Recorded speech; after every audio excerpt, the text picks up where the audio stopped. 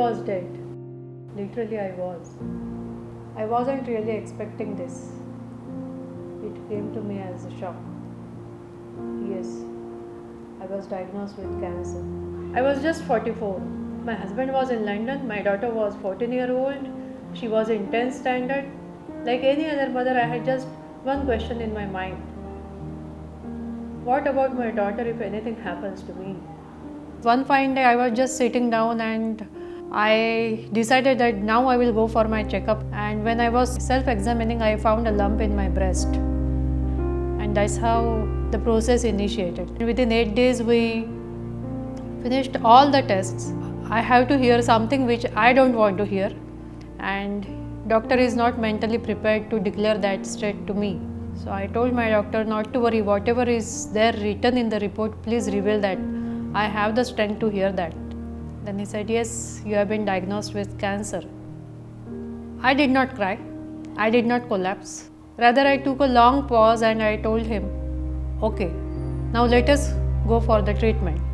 Let us not waste time. I had to go for a very long, vigorous treatment because it was not cough or cold, it was cancer.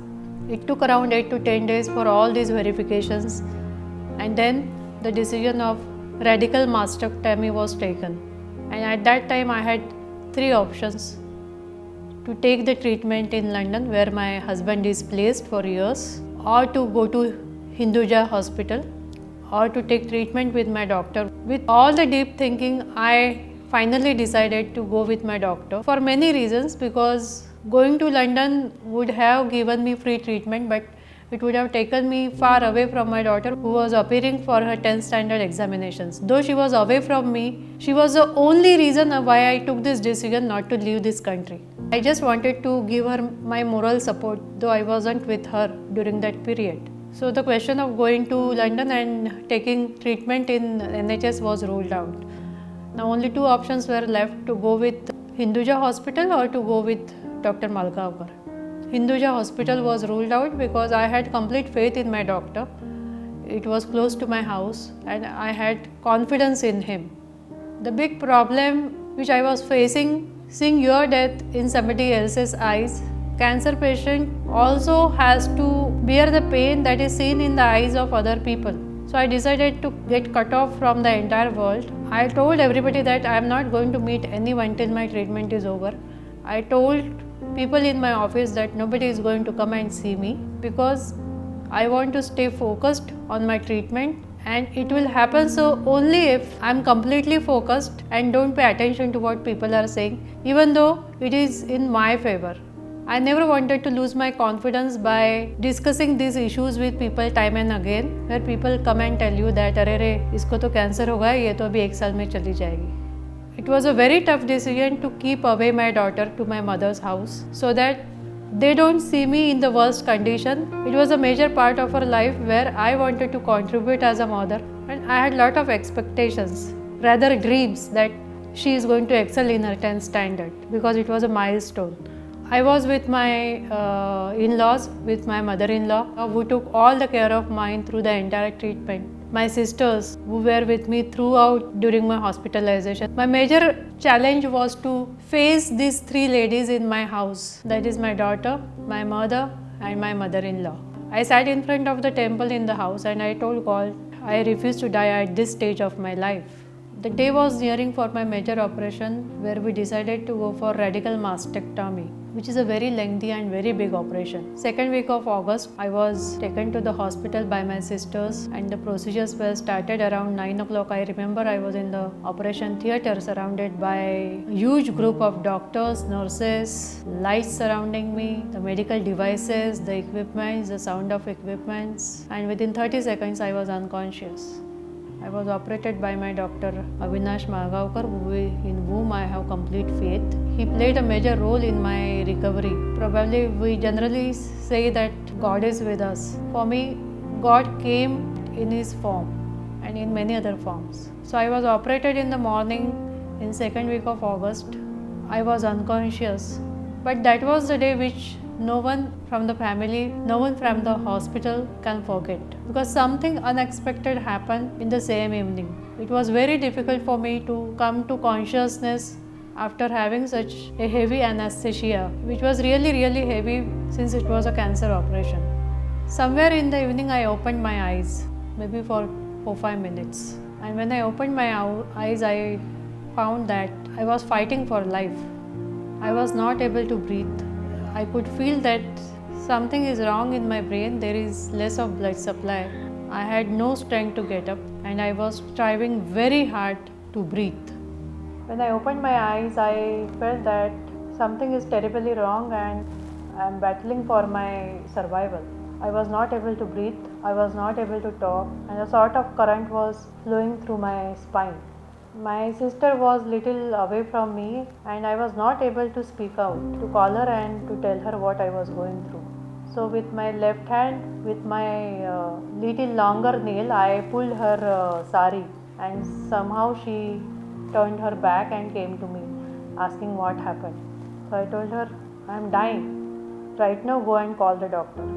I don't have time now. Luckily my doctor was in the hospital. He was called, he came. I again closed my eyes. I was in the subconscious state, but I could hear, I could feel that something is going wrong. People are running around, doctors and people in my room, and something serious has happened. Absolutely no idea what is going wrong, but it was life threatening, that much I know. My doctor came and discharged tubes throughout my body at the place where I was operated. Basically the drainage, called as drainage tubes, and the blood collected back. My doctor just went through that, and he being an expert, he found that the blood that is coming out of the operated place was little darker. Internally I was bleeding, and nobody knew at that time how much of blood has been lost and how critical it was. So emergency was declared, the hospital staff was retained, nobody was allowed to go out. Again same day, second operation was conducted for the vein rupture. I had a wound of almost 40 stitches. It was all reopened. Each and every person, nurses, doctors, all worked for 24 hours that particular day. The vein which was ruptured, it was closed, and later on I came to know that I was in serious condition. Not because of cancer, but because of the rupture of the vein. For 3 days, that is 72 hours, I was under observation. I was in critical condition. I was on ventilator. I was like a dead body. I was again in anesthesia. Next day morning I could open my eyes, and then I realized that I have zero strength left in my body. I opened my eyes. I found myself on oxygen. I was on blood transfusion. I was on plasma transfusion. I was on IV. I was on glucose. That was the time I felt what pain a cancer patient has to go through. And I told God, either you pick me up right now or you completely cure me for my daughter. I have only one motto, that I have to fight out, I have to survive for my daughter. I refuse to stay in this condition. It was extremely challenging and fearful even for my doctor to see me in that condition. I was battling for life. After this operation, I was on complete bed rest for 2 months to recover the strength, after which I had to face the most dreadful chemotherapy. Many people came to me saying that I should take herbal medicines, I should take homeopathy to grow my hair, to face chemotherapy where I'll be losing my hair. My answer to them was, losing hair is a very small thing for a cancer patient, because the cancer patient has to go through a lot more physical and mental pain. Losing hair is just a small part of it. Like a normal person, I used to work for 3 to 4 hours daily, except during my chemotherapy sessions, and that helped me a lot. One chemotherapy is a basket full of injections in terms of a layman, including your antacids, your steroids, your main chemical of cancer treatment, followed by 3 to 4 bottles of glucose, and finally the injection which is given in the belly to retain good count of WBCs. I never cried over these pains, which may be huge for any normal person. It was January 2012 and my chemotherapy sessions ended. I was at peace. I was happy that at the end it has stopped. No more chemos, no more medicines. I underwent PET scanning at Nanavati Hospital and we were eagerly waiting for the reports. We were tensed. Finally, I got the report in my hand and I was cancer free. I cannot express in words the happiness I was going through. I called up my mom, I called up my mom-in-law. My mom said, "This is your rebirth on your birthday." I went home, my mom-in-law was standing in front of the door of the house. She opened the door. She was already there. She just told me one thing, "I don't have any money to give you. Your life is my punji." This was a blessing from her.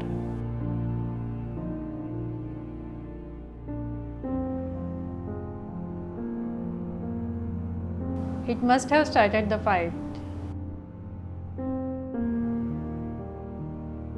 But I have finished it. I am healed completely, mentally and physically. The scars will remain as sweet memories of the journey which transformed a bud into a flower. Life is back. You have left your impression on the sand, which will vanish any time. Don't bother that the impression will vanish. What is important is you have created an impression, which is one in a million.